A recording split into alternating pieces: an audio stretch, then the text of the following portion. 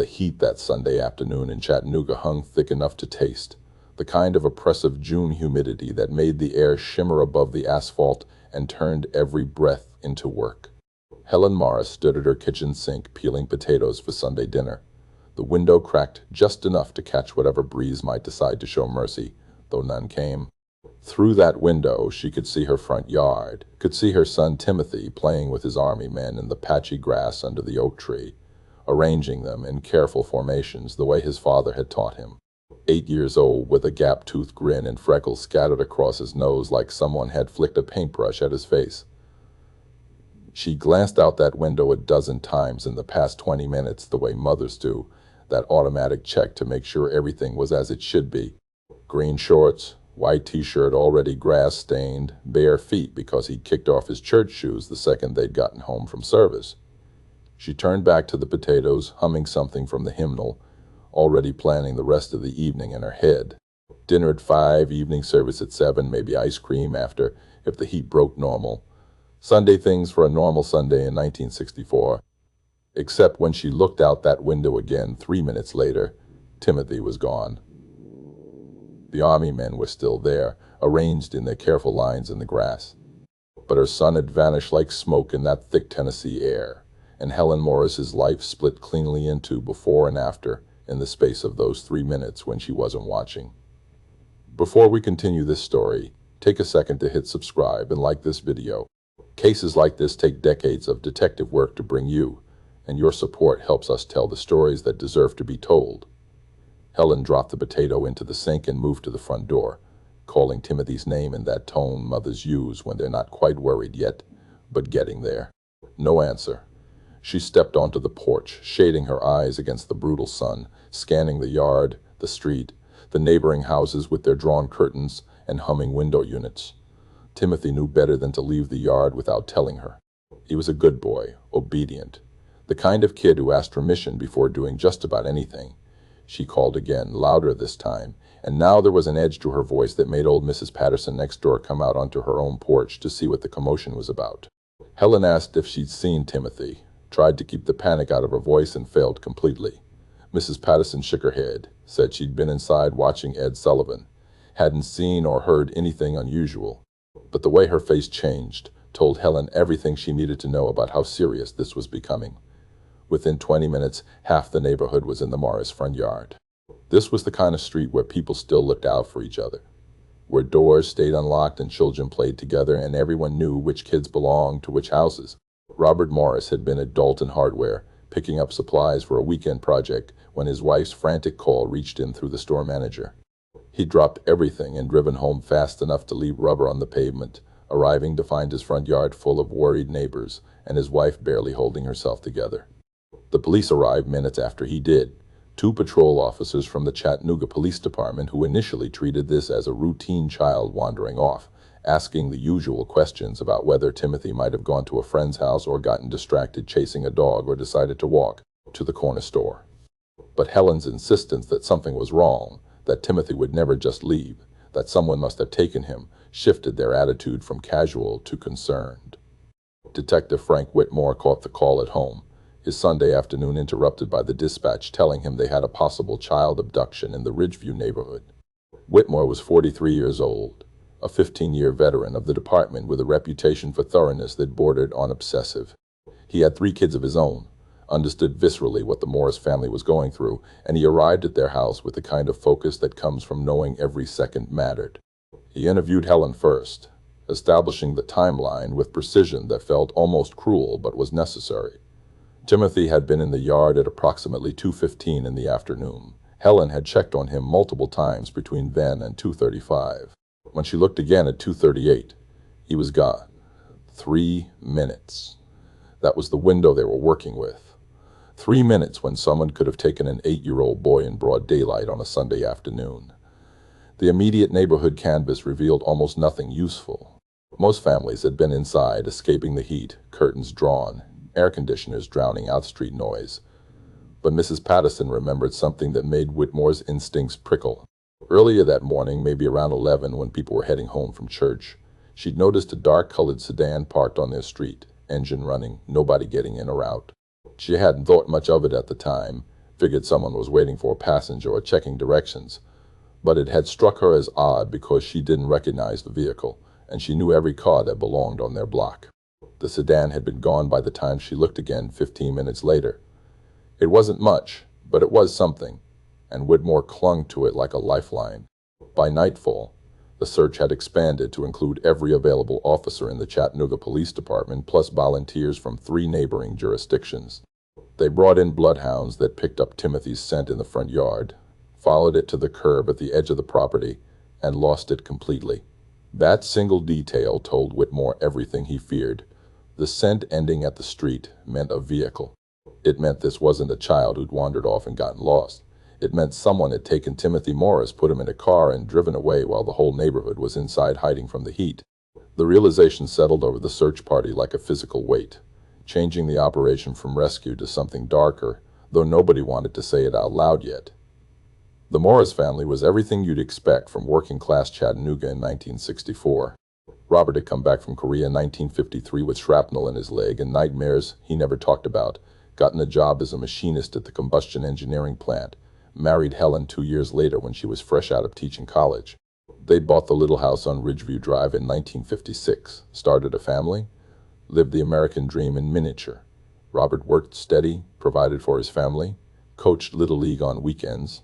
Helen taught 4th grade at Orchard Knob Elementary, took summers off to be with the kids, made sure they went to church and said their prayers and knew right from wrong. They weren't wealthy, weren't important, weren't the kind of people who made headlines. They were just good people trying to raise good kids, and now one of those kids was gone. Timothy had been there first, born in January of 1956, right in the middle of a cold snap that froze the pipes in their new house. Helen used to joke that he came into the world already knowing how to make an entrance. He'd been a serious baby, thoughtful, the kind of toddler who'd study things carefully before attempting them. By 8, he'd developed into a bright, curious boy obsessed with military history because his father had been a soldier, and that made it the most fascinating thing in the world. He collected toy soldiers with religious devotion, spent hours arranging elaborate battle scenes in the dirt, could tell you the difference between infantry and artillery and why flanking maneuvers mattered. He wanted to be just like his dad, talked constantly about joining the army when he grew up, asked questions about Korea that Robert mostly deflected because some memories weren't meant for 8-year-old ears. He had Helen's gentle nature, that quiet kindness that made him popular with teachers and grandparents, even if he wasn't the loudest kid on the playground. His little sister Patricia, only 5 years old, worshipped him with the fierce devotion that little sisters have for big brothers who actually pay attention to them. Timothy let her play with his army men sometimes, didn't complain when she messed up his carefully arranged battles, would read to her before bed, even though he was still working on some of the bigger words himself. The morning he disappeared, Patricia had been in the backyard playing on the swing set, separated from her brother by the house itself. She'd been the last family member to see him, had said goodbye to him through the back door before going out to swing. That detail would haunt her for the rest of her life, the casual goodbye to a brother she'd never see again. The first 72 hours after Timothy's disappearance moved with the desperate urgency that child abduction cases demand. Whitmore barely slept, running on coffee and determination, coordinating searches that covered a 50-mile radius around Chattanooga. They dragged ponds and searched abandoned buildings and stopped every dark-colored sedan they encountered, much to the confusion and irritation of innocent drivers who suddenly found themselves being questioned by grim-faced detectives. Tips flooded the police station, the usual mix of genuine concerns and attention seekers and psychics claiming to have visions. Whitmore followed up on every single one, knowing that somewhere in the noise might be the signal that would bring Timothy home. Robert Morris turned his garage into a command center, covering the walls with maps and timelines and lists of people to interview. He'd come back from Korea with skills the Army had taught him, organizational thinking and strategic planning, and he applied them now to finding his son with an intensity that worried Helen even as she understood it. He barely ate, couldn't sleep, spent 18-hour days either searching physically or planning the next search. Helen watched her husband disappear into obsession while she tried to hold the rest of their life together, tried to keep Patricia feeling safe, tried to maintain some sense of normalcy even though normal had shattered and couldn't be put back together until Timothy came home. The community rallied in ways both beautiful and heartbreaking. The church organized prayer vigils that packed the sanctuary. Local businesses printed flyers with Timothy's picture, distributed them across Tennessee and into neighboring states. Volunteers showed up every morning, ready to search wherever Whitmore directed them, combing through woods and fields and creek beds, looking for any sign of the boy with the gap-toothed smile who'd vanished into heat-shimmer air. But as June turned into July and July burned into August, the crowds grew smaller. The tips dried up. The leads that had seemed promising in those first desperate days all dissolved into nothing, leaving Whitmore with a case file full of dead ends and a family waiting for answers he couldn't provide. The investigation revealed no clear suspects, no obvious motives, nothing that made sense. The Morris family had no enemies that anyone could identify. Robert worked steady at the plant, got along with his co-workers, wasn't involved in anything criminal or shady. Helen was beloved at her school, the kind of teacher who made kids love learning, who never had a harsh word for anyone. They weren't wealthy, didn't owe money, hadn't witnessed anything that might make them targets.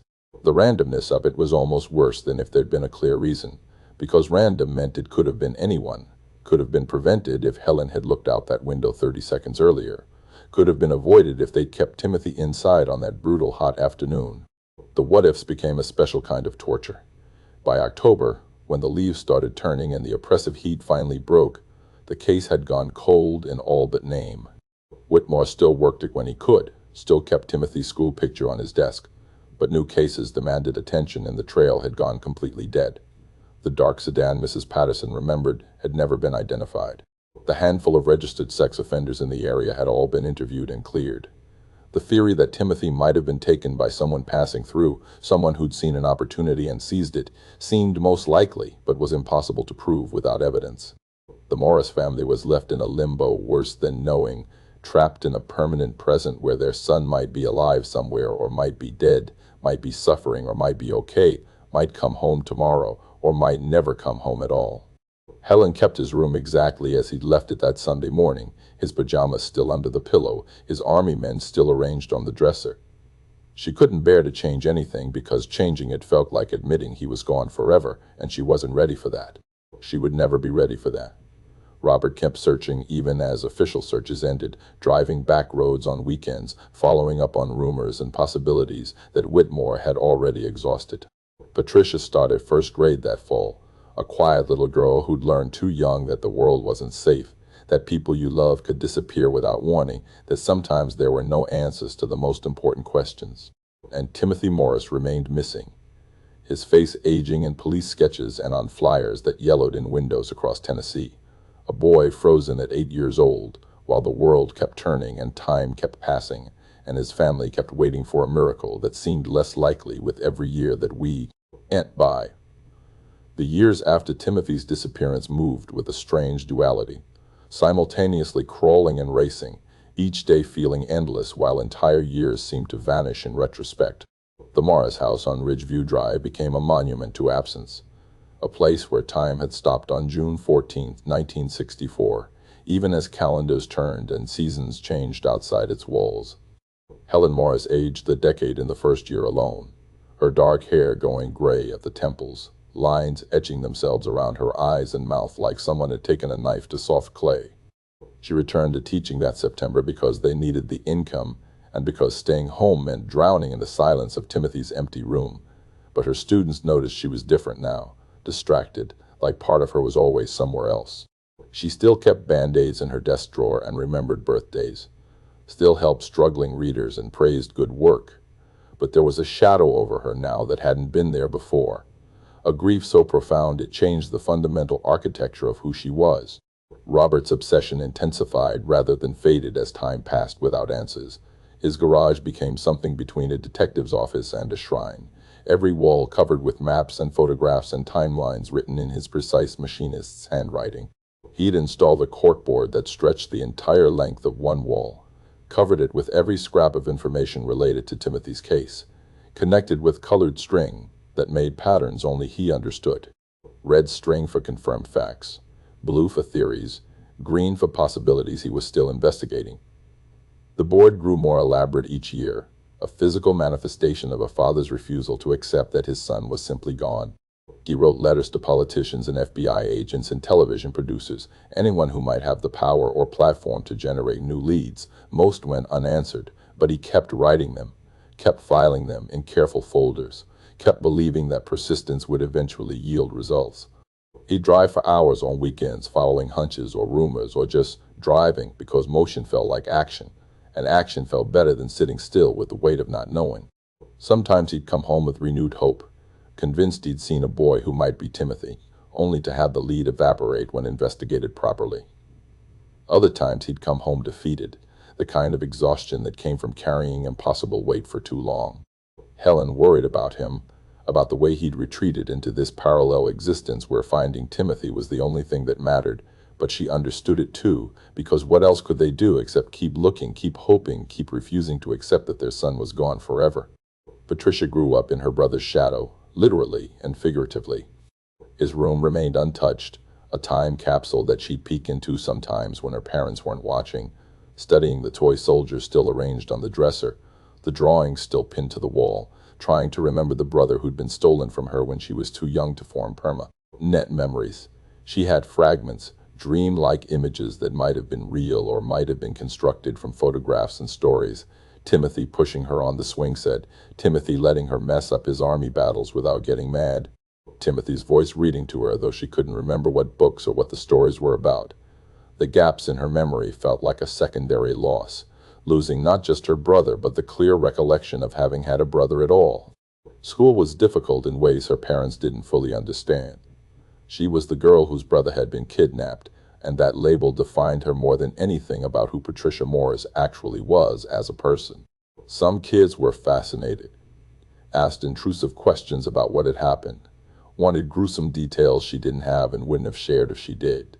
Others avoided her like tragedy was contagious, like getting too close to the girl whose brother disappeared might somehow make their own siblings vanish. Teachers treated her with careful gentleness that felt suffocating, always checking if she was okay, always making allowances, never quite seeing Patricia herself through the lens of what had happened to her family.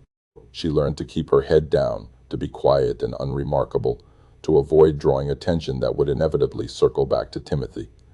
By the time Patricia graduated high school in 1977, she'd made a decision that broke her parents' hearts even though they tried to hide it. She was leaving Tennessee, moving to Atlanta for college, putting distance between herself and the ghost that haunted every corner of Chattanooga. She loved her parents desperately, understood their pain, but she couldn't breathe in that house anymore. Couldn't be the daughter they had left while they remained forever focused on the son they'd lost. The guilt of leaving was enormous, but the need to build a life that wasn't defined by Timothy's absence was stronger. She packed her belongings that August and drove away from Ridgeview Drive, watching her parents wave from the porch in the rearview mirror. And even from a distance, she could see how much older they looked than they should have, how much this had cost them. Detective Frank Whitmore carried the Morris case with him through the rest of his career like a stone in his pocket, a constant weight he could never quite set down. He officially retired from the Chattanooga Police Department in 1989, 25 years after Timothy disappeared, and the case was still open, still unsolved, still haunting him in ways he couldn't articulate to his wife when she asked why he still kept that faded school picture on his desk at home. He'd worked hundreds of cases over his career, solved most of them, built a reputation as one of the department's most reliable investigators. But the Morris case represented his greatest failure, the one that got away, the child he couldn't bring home. Retirement should have meant freedom from those ghosts, but Whitmore discovered that some cases burrow too deep to ever be fully exorcised.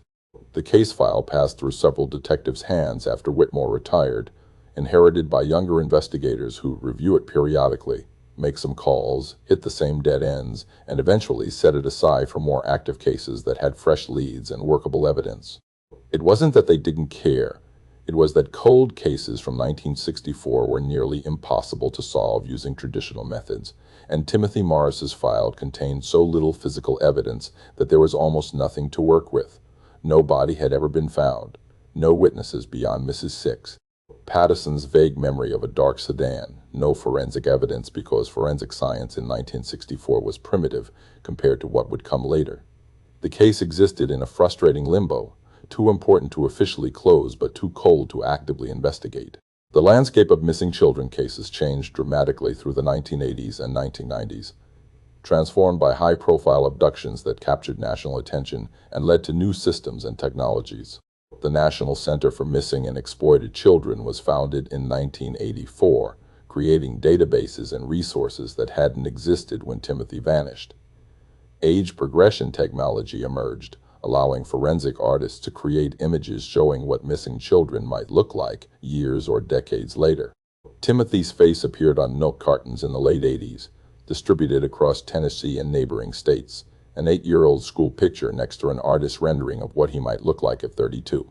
Helen kept every milk carton she found with her son's picture on it, stored them carefully in boxes like precious artifacts, even though seeing them broke her heart every single time.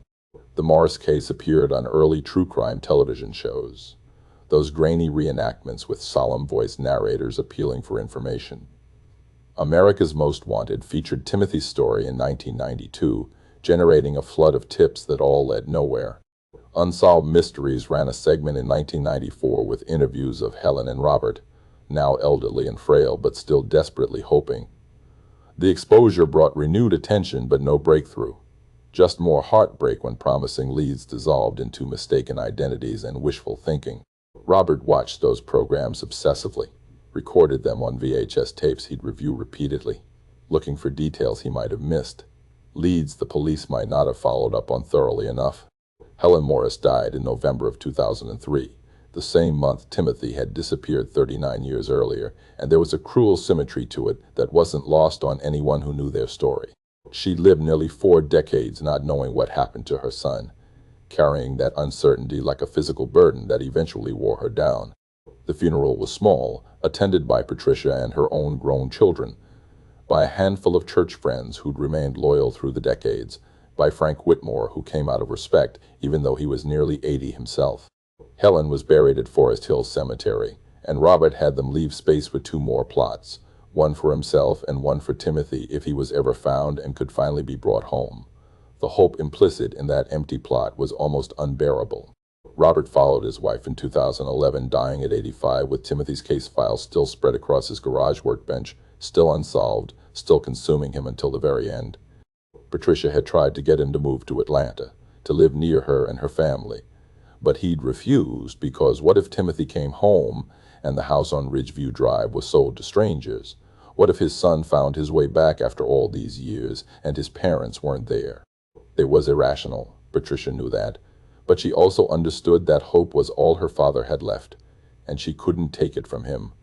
She cleaned out the garage after his death, boxing up decades of investigation materials, and cried as she worked because the sheer volume of it demonstrated how completely Timothy's disappearance had defined her father's life. By 2014, the Morris case was 50 years old, buried in cold case storage at the Chattanooga Police Department, a cardboard box full of fading documents and outdated investigative techniques. Detective Sarah Chen discovered it almost by accident while working on a department project to digitize old case files. Chen was 34, a specialist in long-term missing persons cases who transferred from Nashville after successfully using new database technologies to solve 2 cold cases from the 1970s.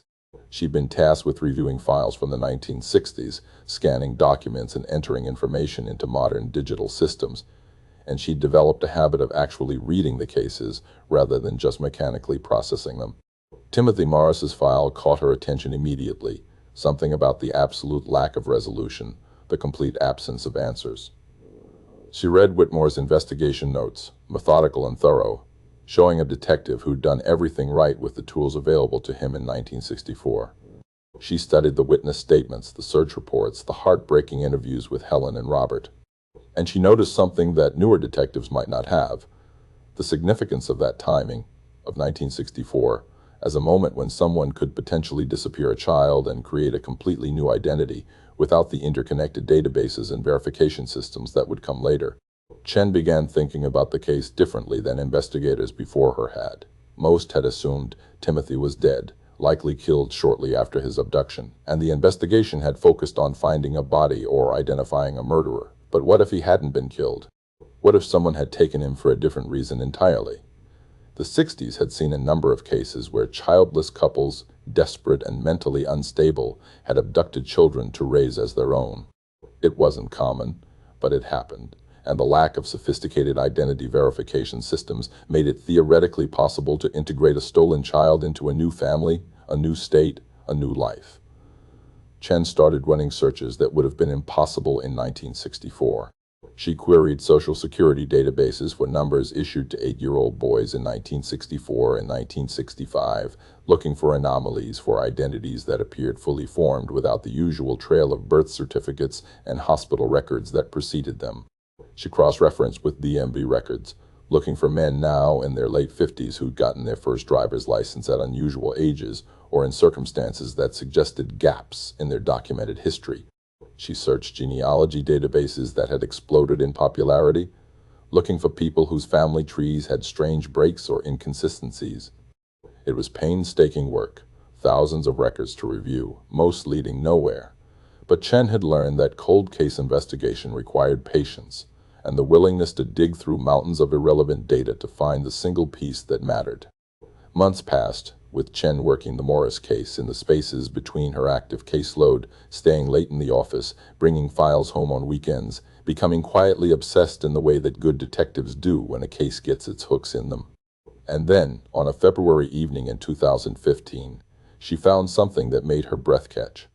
A Social Security number issued to a Thomas Mitchell, age 8, in Richmond, Virginia, in August of 1964. The birth certificate filed in rural Virginia had an issue date that was suspicious, created months after the birth it supposedly documented. The whole identity had a constructed quality to it, appearing suddenly in the system without the usual documentation that would precede and support it. Thomas Mitchell's trail started in late 1964 and ran clean from there. A normal life, nothing remarkable, but that beginning, that moment of sudden existence, lined up perfectly with when Timothy Morris had vanished from a front yard in Chattanooga. Chen pulled up the DMV photo from Thomas Mitchell's Virginia driver's license, and even allowing for 50 years of aging, even accounting for how faces change from childhood to late middle age, there was something about the bone structure, the distinctive ears, the shape of the jaw, that made her T. Think about that school picture of Timothy Morris she'd been staring at for months. It might be nothing. It probably was nothing. But it also might be everything, and Chen wasn't going to stop until she knew for certain. Detective Sarah Chen sat in her car outside a modest split-level home in Richmond, Virginia, on a gray March morning in 2015, watching a man she'd never met tend to his front garden with the careful attention of someone who found peace in routine tasks. Thomas Mitchell was 59 years old, slightly built with silver hair and the weathered hands of someone who'd worked construction his entire adult life.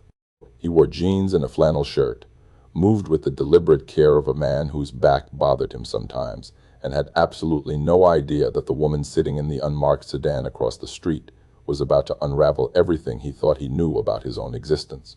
Chen had spent the past 3 weeks building her case, running background checks, pulling every record she could access legally, and what she found was a life that looked completely normal on the surface, but had a foundation built on nothing. Thomas Mitchell existed in the system starting in August of 1964, with documentation that seemed legitimate until you looked closely enough to see the cracks.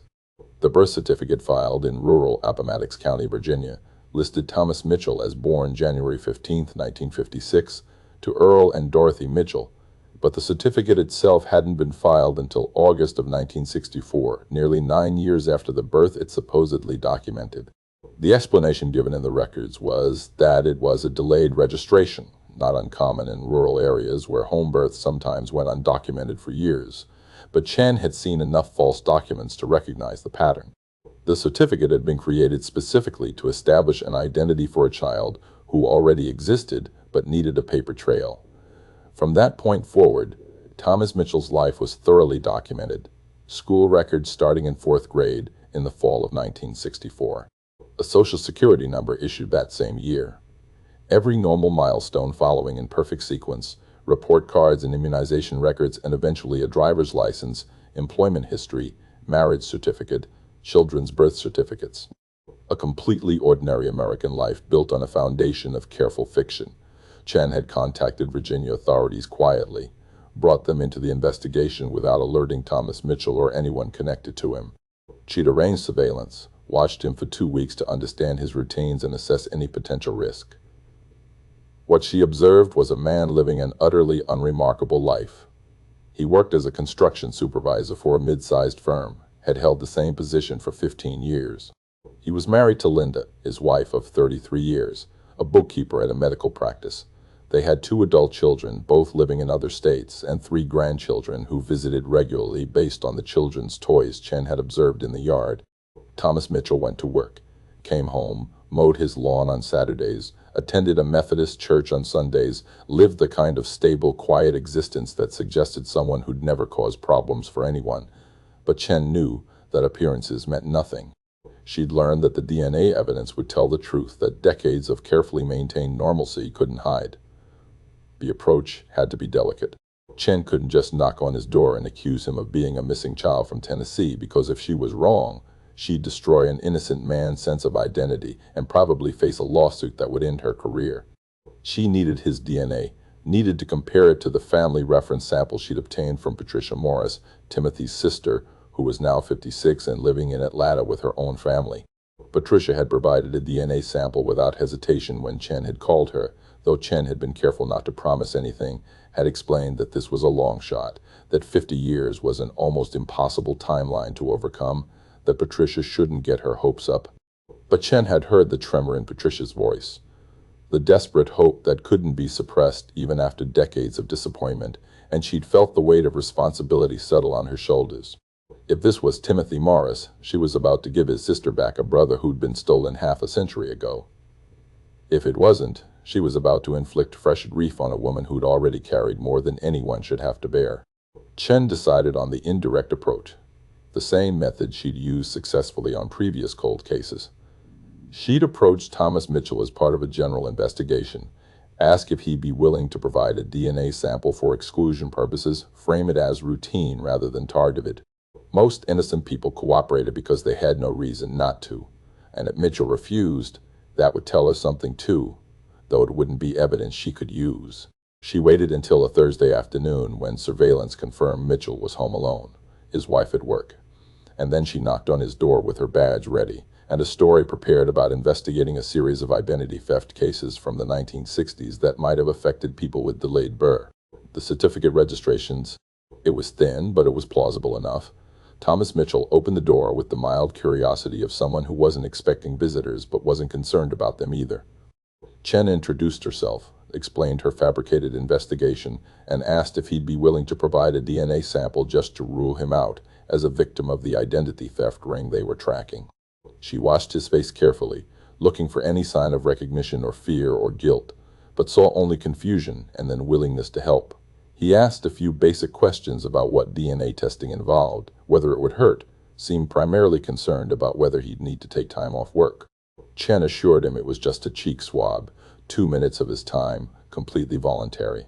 He agreed immediately, invited her inside, offered coffee while she prepared the collection kit.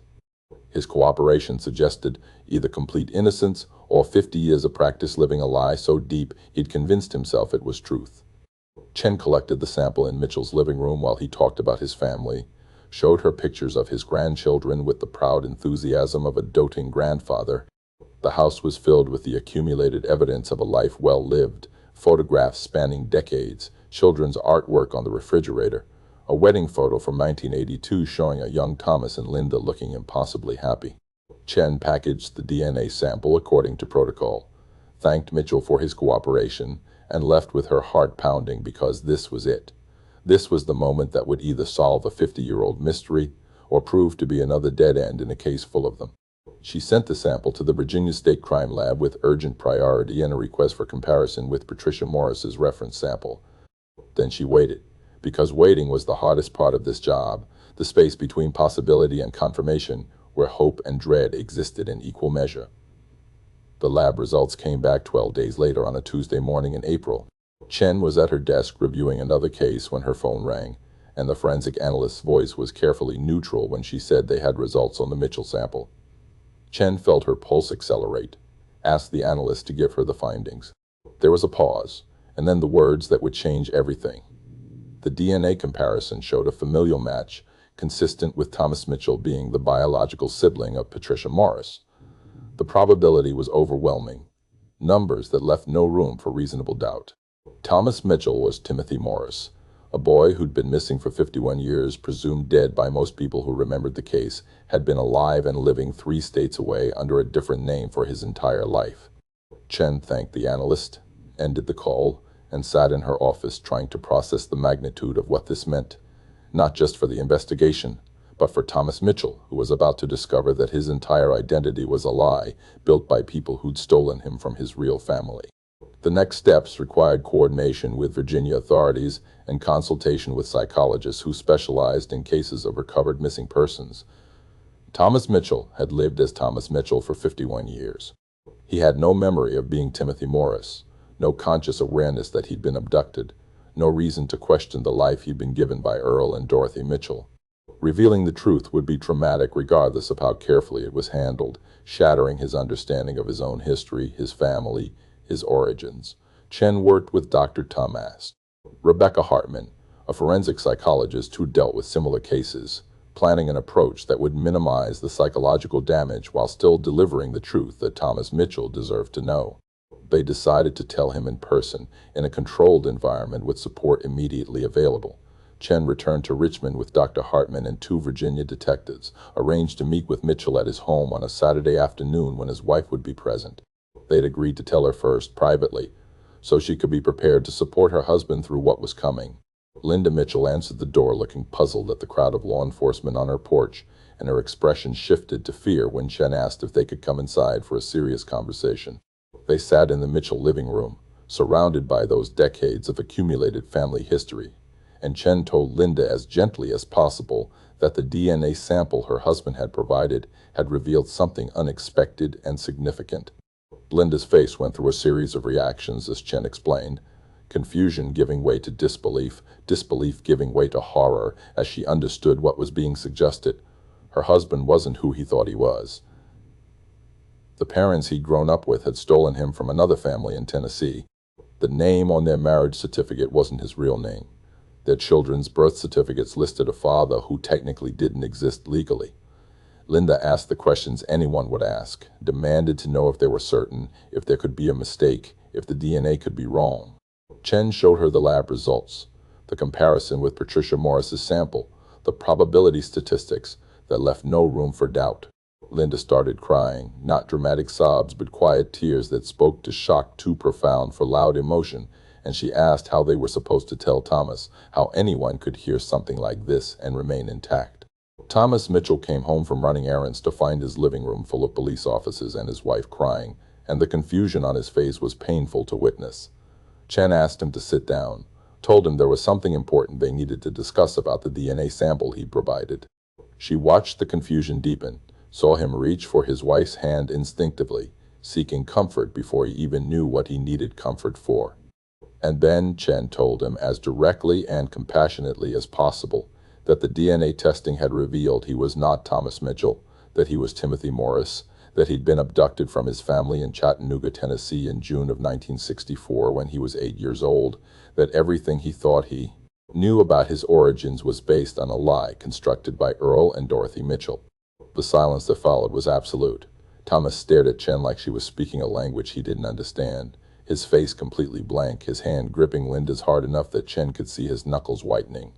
He shook his head slowly, said that wasn't possible, said Earl and Dorothy were his parents, said he had memories of his childhood, of birthdays and Christmases and family dinners. Chen let him process, didn't interrupt, watched Dr. Hartman monitor him carefully for signs of psychological crisis.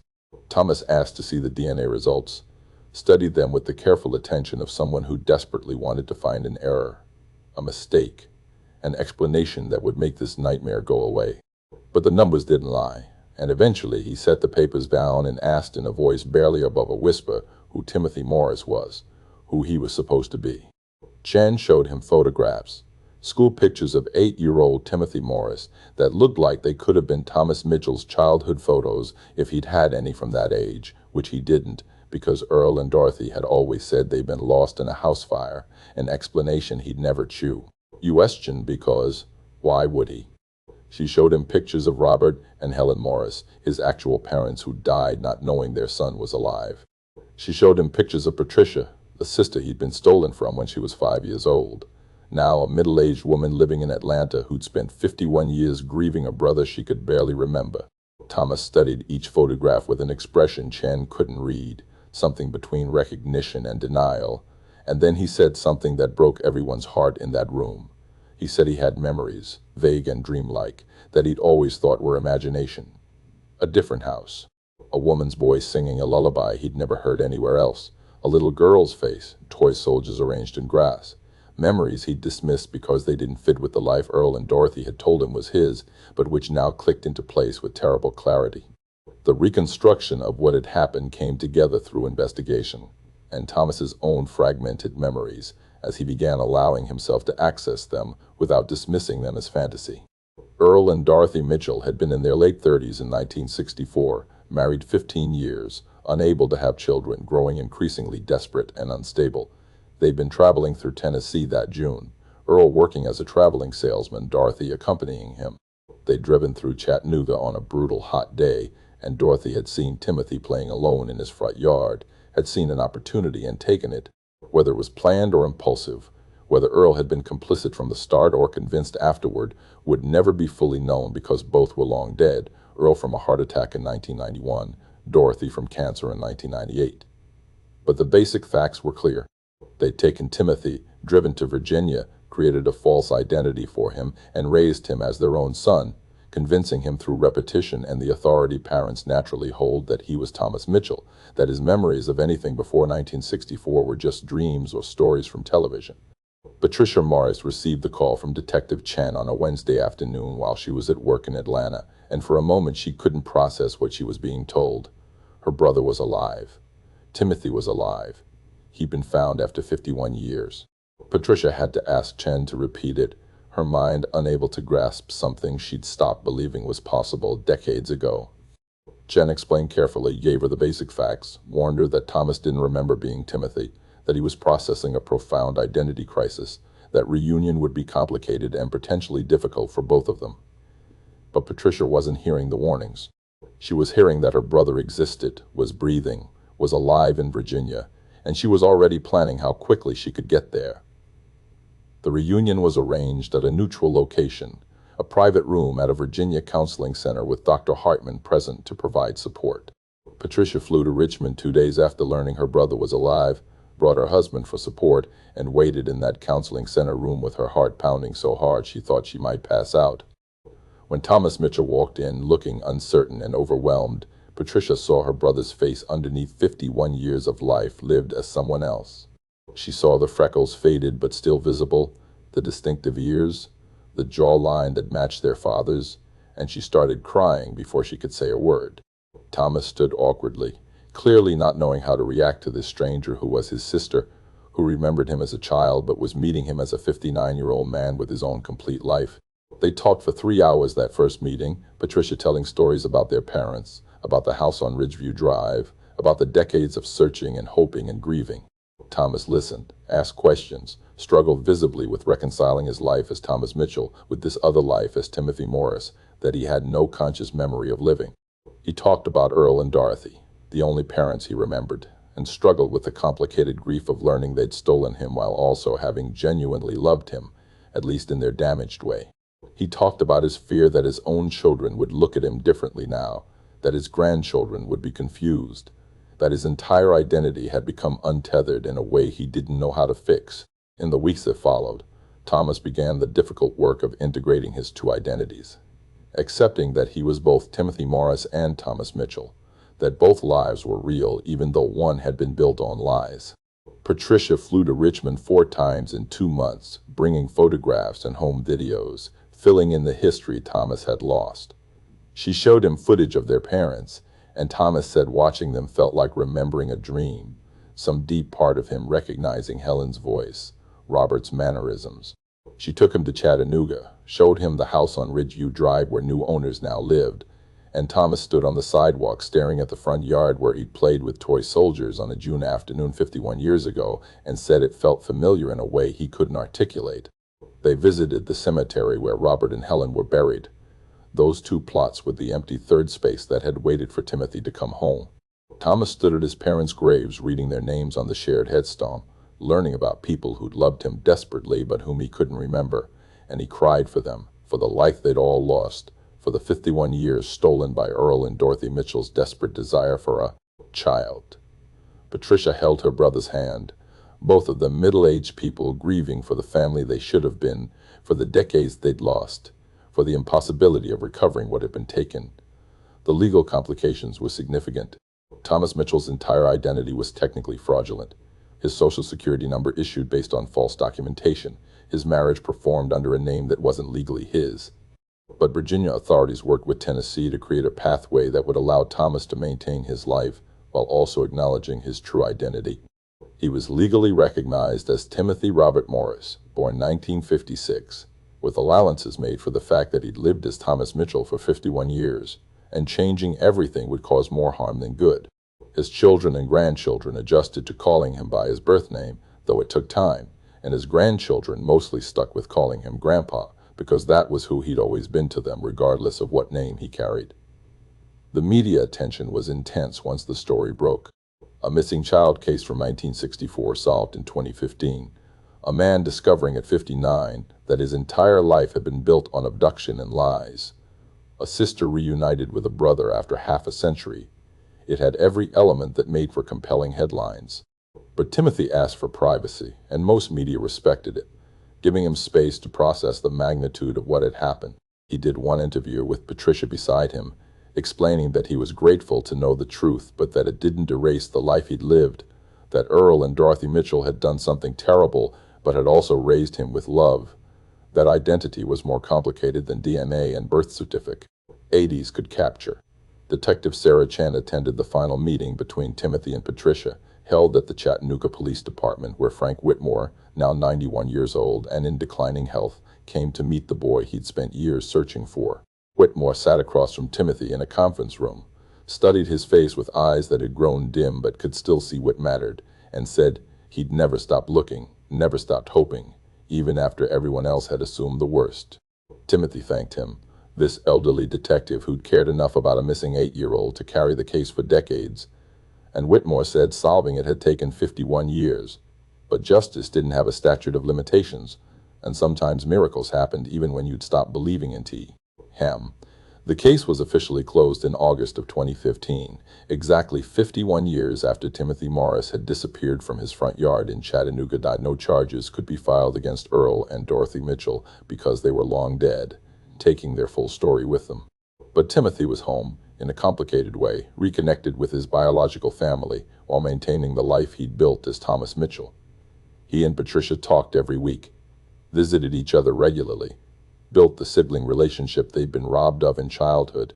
His own children struggled initially, but eventually accepted that their father's identity was more complex than they'd realized, that he contained multitudes, that loving him meant accepting all of who he was, including the parts he'd only recently discovered himself. On what would have been Helen Morris's 90th birthday, Timothy and Patricia stood together at their parents' graves, and Timothy placed flowers for people he'd never consciously known, but who'd loved him with a ferocity that transcended the years and distance that separated them. Patricia had brought one of Timothy's toy soldiers from the collection Helen had kept preserved in his room for decades before she died, and they buried it in the earth between the graves. A small piece of the boy who'd been stolen returned to the parents who'd never stopped searching. The mathematics of loss and recovery didn't balance, could never balance when 51 years had been stolen. But standing there together, siblings reunited. Timothy told Patricia that maybe the point wasn't that time could be recovered, but that truth could eventually surface.